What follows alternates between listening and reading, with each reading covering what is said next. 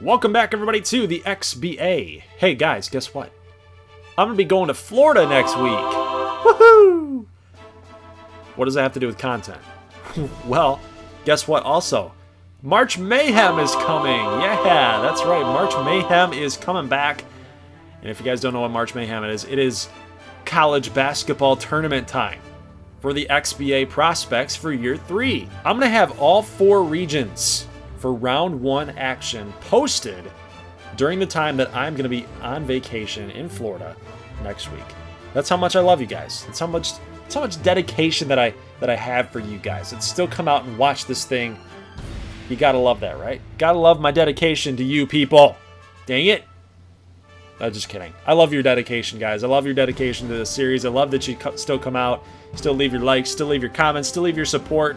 So I've got to return the favor, right? It's been a while since we've had an XCAA run. And I think this is the best time to do it. We're starting to get into that playoff mix with the XBA. So it's about kind of that time where college tournament needs to start to happen. And this is the best way to do it. So while I'm out on vacation, we're going to have 4 videos that post. 1 for the Midwest, 1 for the West, 1 for the East, and 1 for the South. So all 4 regions in round 1 are going to be posted next week. So this video's purpose is to not do a in-depth deep dive of the roster reveals or the seeding and the stories and the backstories behind each team. I'm going to cover that in kind of the highlights in round number 1. So kind of just do it very, very small sample sizes and give you kind of the brief history, the brief story behind these matchups and these teams and go from there. I'm very appreciative of what Keneal Mason and Portugal did last season for year 2's March Mayhem. They went all in. They had a total big-time deep dive for Selection Sunday. It was insane. They revealed every single seed, every single matchup, every single bracket, every single region. It was nuts. But I'm just one guy, and I'm not going to do that. I'm not going to do that. So let's just get into it, guys. Let's reveal the seeding, and let's reveal the brackets. First off, let's go to the Midwest. We got number 1 UCLA against 16-seeded Florida Gulf Coast. This is a matchup that I think is going to get ugly. UCLA, oh my god, they're stacked, dudes. They're stacked. They got 90 overall players all over the place. They got Jedray Sobchak's brother, Elias Sobchak, and then they also have their dad, who's coaching the UCLA Bruins, Adasik Sobchak. I don't even know if I said that right. But he's a great coach. He's coming over from the EuroLeague from FC Barcelona. And it's just chock full. They've got Demetrius Frazier, like a baby Shaq. He's a really great defender. They've got guys like Kari Lyons, who's really active on Twitter. They've got Quincy Waugh, which is Phoenix Waugh's brother. And who, of course, can forget about Marcel McFly, coming over from the EuroLeague, joining up with Adasik Sobchak. And everybody's been asking about the investigation that's going on at UCLA. It's a big question mark about this team. Is it going to be a distraction? I don't think so. I think UCLA gets the job done. They're just too good. UCLA is likely to make it all the way to the Final Four. However, they have a surprise waiting for them down in the Western region. But let's hurry this thing up. We've got 8 against 9. Memphis against Michigan State. Don't know a whole lot about these teams, but I know that it's going to be a close matchup, and that would be who gets to earn the right to play against UCLA in round number 2. Louisville, number 5 against number 12, Virginia Commonwealth, the VCU Rams. VCU, any 12v5 is always up for an upset, right? So Louisville, they're not too chock full of prospects, they're not too chock full of customs, so that could easily be a 12v5 upset. Indiana, number 4 against South Alabama. I think Indiana is definitely going to take care of that one. They have C.J. Kemmerly's brother, Colton Kemmerly, would be the notable mentioned prospect there. Number 6, Creighton against number 11, Austin Peay. Number 3, LSU against 14, Winthrop. 7, Georgia Tech. 10, Navy. 2, Auburn. And 15, Loyola Chicago. So is Loyola Chicago going to make another deep run in that Midwestern region? We'll find out. Moving on to the Western region. Again, this is pretty much going to determine who gets to have the right to play against UCLA. I don't see any team in that entire region beating UCLA. But we got Kansas, Vermont, and Kansas. Kansas. Head coach Justin Chris. He has got his hands on one of the best players to ever come in the XBA. And he's going to the XBA after this. Mondre Busta Rhymes Porter. Yep, Mondre, his nickname is Busta. Last name hyphenated, Rhymes Porter. He is an insane prospect. A very good prospect.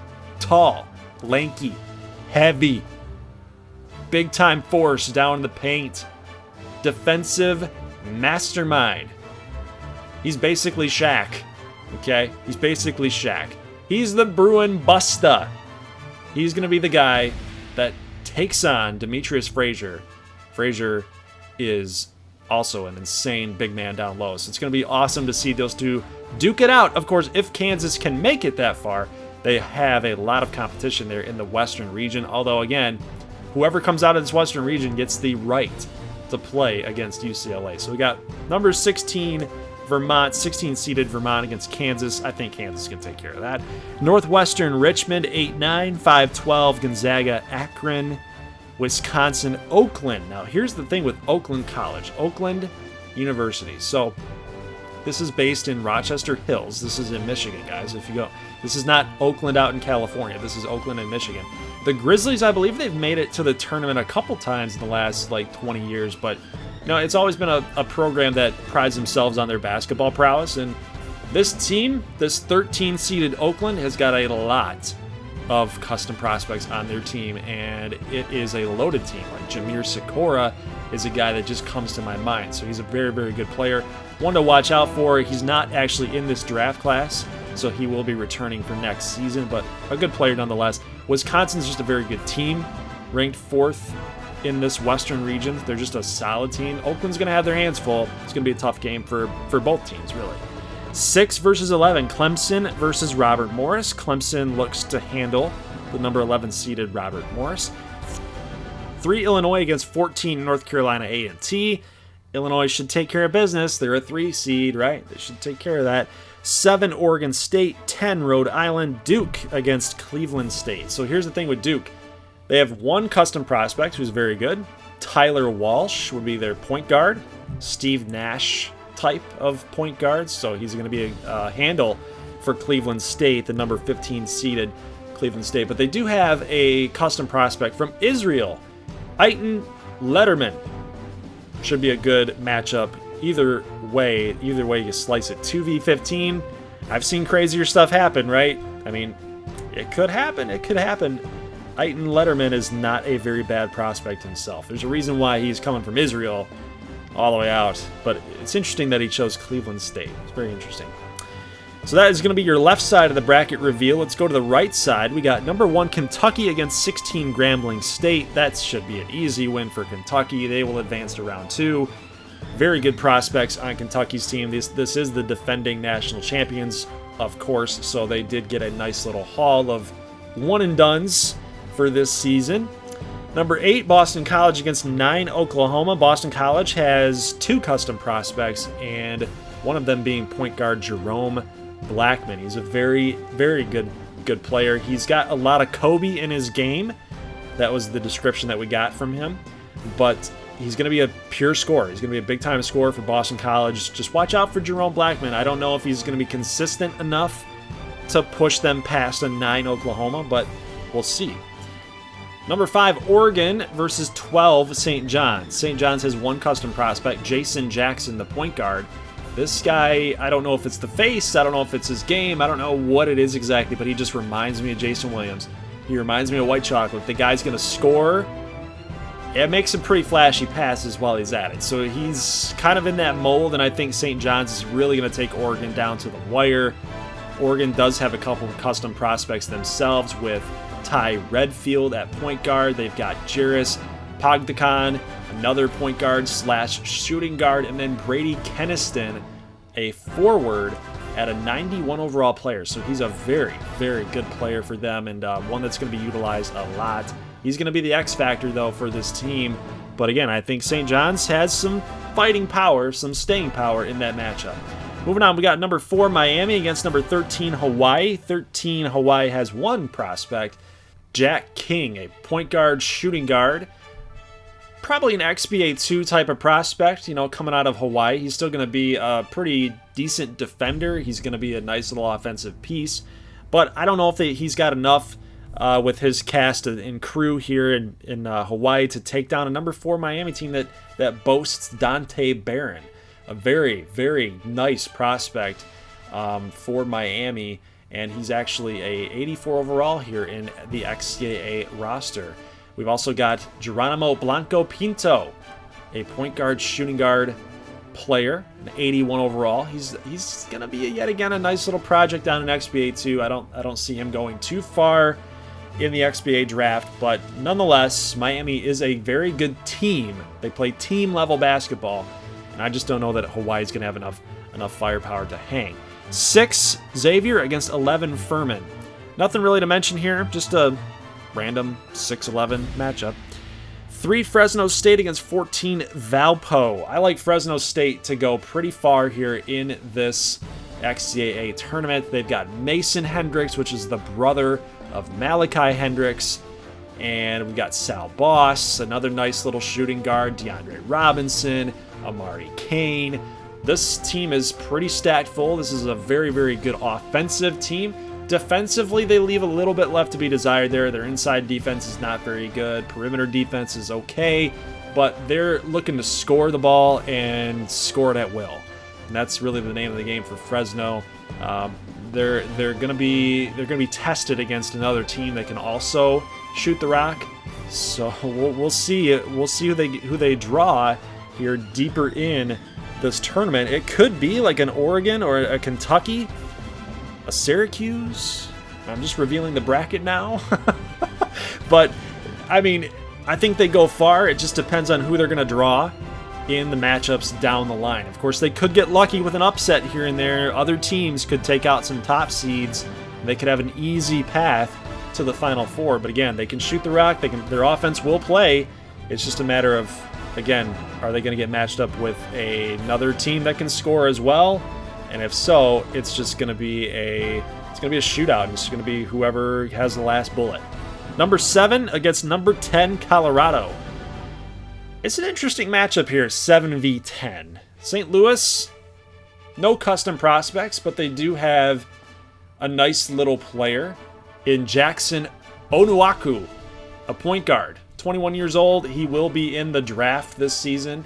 He is not going to be a custom prospect, but you know, he's going to be a non-custom. I like Jackson Onuaku. I think he's going to be solid. We've also got another player like Nas Dunstan, a center at 87 overall. So they're going to be utilizing those two guys inside and out. They can do a little bit of everything. And as far as Colorado goes, there's not much to write home about with Colorado. They do have the coach's son on the team, which would be Emilio Frado. Yes, Emilio Frado. He would be the coach's son. He's an 82 overall, small forward at 19. Very decent player. We got a point guard, Doug O'Gallagher, another nice player as well. So, you know, it's going to be an interesting matchup. I'm not expecting too much 7v10 matchup here out in the Eastern region, but either way, it's going to be fun. Can't wait to see who wins that. And then it comes down to Syracuse and Long Beach State. So whoever wins that 7-10 matchup pretty much gets Syracuse. I don't think Long Beach State is going to play. They're not going to play in the second round. There's no way. Syracuse is just way too loaded. They have Artie St. Patrick, so Apollo St. Patrick's brother is coming back. He should be declaring for the XBA draft this season, so he will be eligible to be drafted. He's 19 now. They've got a guy from England imports, Boris Sutton, JT Tremblay at power forward, and Jabari Jackson at shooting guard. This team is just loaded. They play good defense. They play really good offense. There's a reason why this team was a 2 seed, but if any other region, had they been put in the South region, they probably would have been the number 1 seed down there. It's a really tough call between Syracuse and Kentucky on who's the number 1 there. But Syracuse should beat Long Beach State. I don't think that's any matchup. They'll be playing the 7-10 in round number 2. Let's move down to the South region where we have Ohio State and East Tennessee State University. I think Ohio State is going to win this one. I don't think that that's any question whatsoever. This team is very, very good with Calvin Spaceman Hobbs, a power forward center who's a 95 overall player, plays really good D, plays really good offense, got a good mid-range shot. Inside is mostly his game, but he can play a little outside. We've got a player by the name of Darius Bookard, Walter Allard, and Pierre Pryor.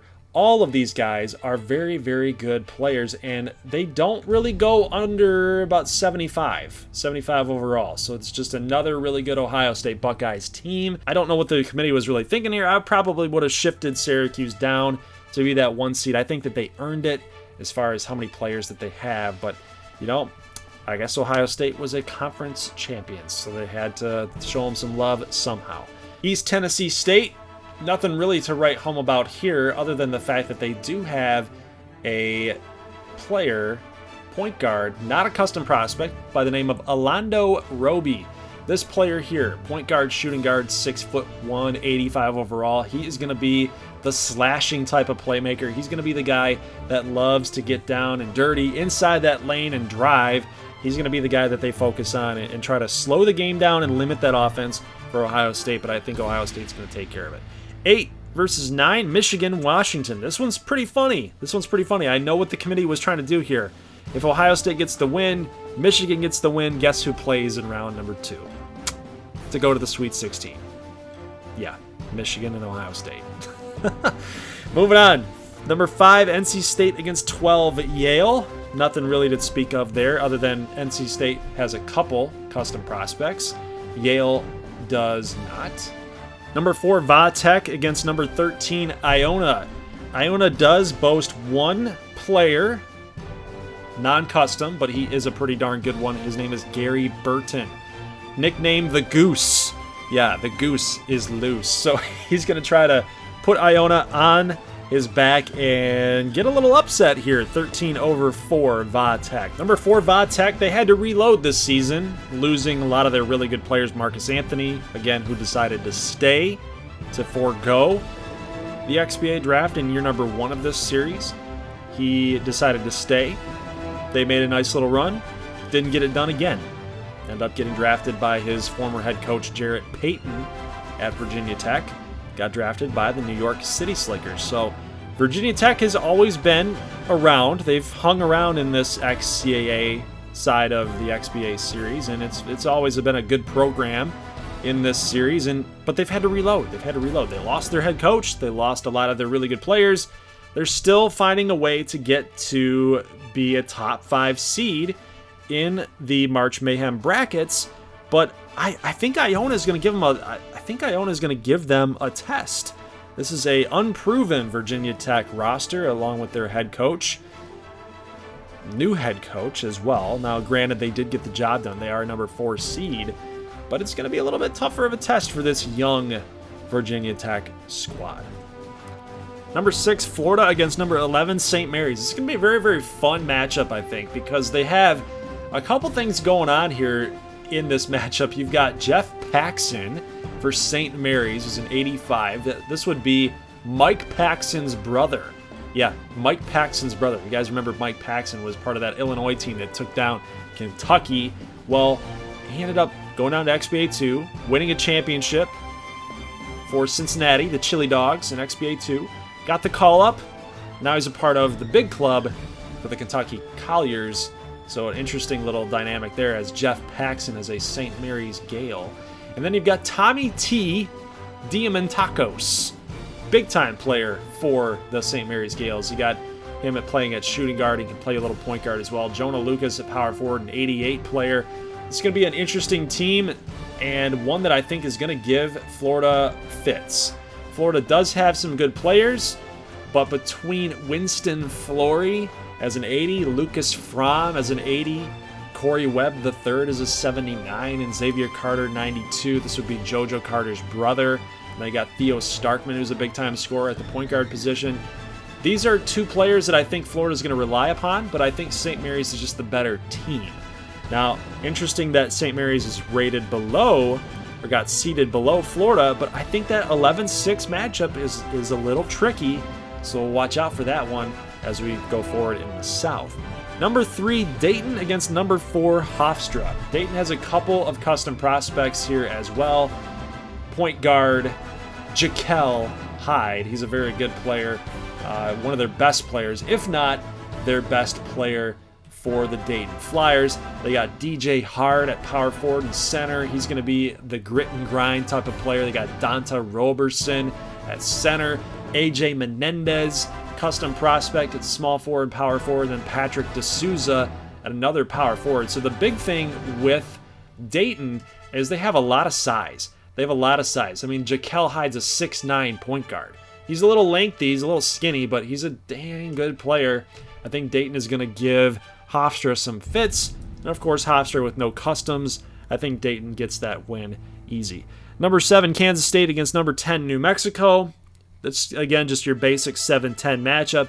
And then you got North Carolina against 15, Sacramento State. So the big thing here with North Carolina, rated as the 2 seed, is you've got basically 5 custom prospects throughout their starting lineup. You have literally a prospect named Keneal Mason. So this is his prospect. This is supposed to be him. Keneal, what are you doing, man? Don't go to North Carolina. Go somewhere else. Go somewhere like Michigan.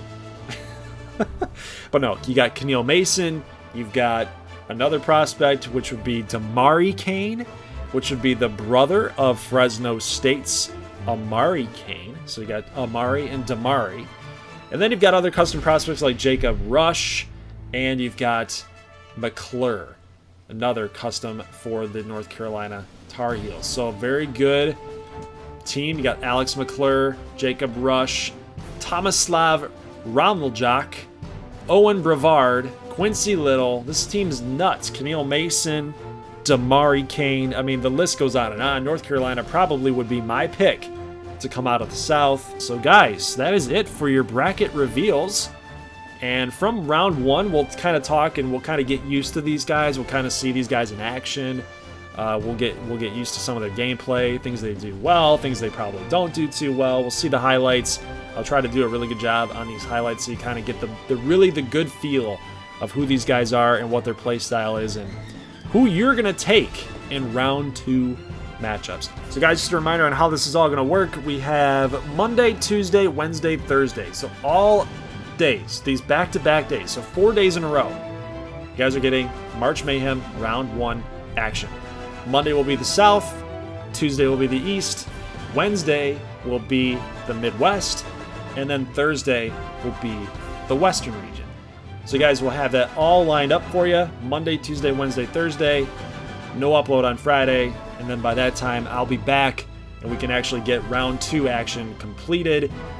Once all of the round 1 matchups have been completed, over the weekend, over that weekend, Bracket Challenge will open up for year number 3. So you guys will make your picks just like you did last time on Challenge. You guys will make your round 2 picks, your round 3 picks, which would be Sweet 16, Elite 8, and your Final 4. And from that point, we will then send out another form for the National Championship game so you guys can make your picks there for those of you still watching at that point, and then we'll determine the winner from there. So the big time prize, of course, will be a 5-star prospect, a very, very good prospect, a guaranteed elite top 5 prospect for year number 4 for next season's draft. Yes, next season's draft, you guys are playing for a top tier prospect, as well as some other XBA type of goodies. You might even get an Xbox or a PlayStation gift card from me as well. So obviously I'll have your contact information and I will contact you and we'll be in touch and seeing what kind of prize you want to be able to redeem. So I think it's going to probably be about like $100 value. So that's what you guys are playing for. That's it for the XCAA March Mayhem bracket reveal and region reveal and team reveal and maybe even prospect reveal. Just a little brief explanation on who these guys are. So guys, leave a like if you like this thing. I will see you guys later on next week. Even though I'll be in Florida, I will see you guys in the chat. going over all of these games and seeing who's going to be advancing to round number 2. So guys, leave a like if you like this thing. I'll see you in the next one. As always, peace.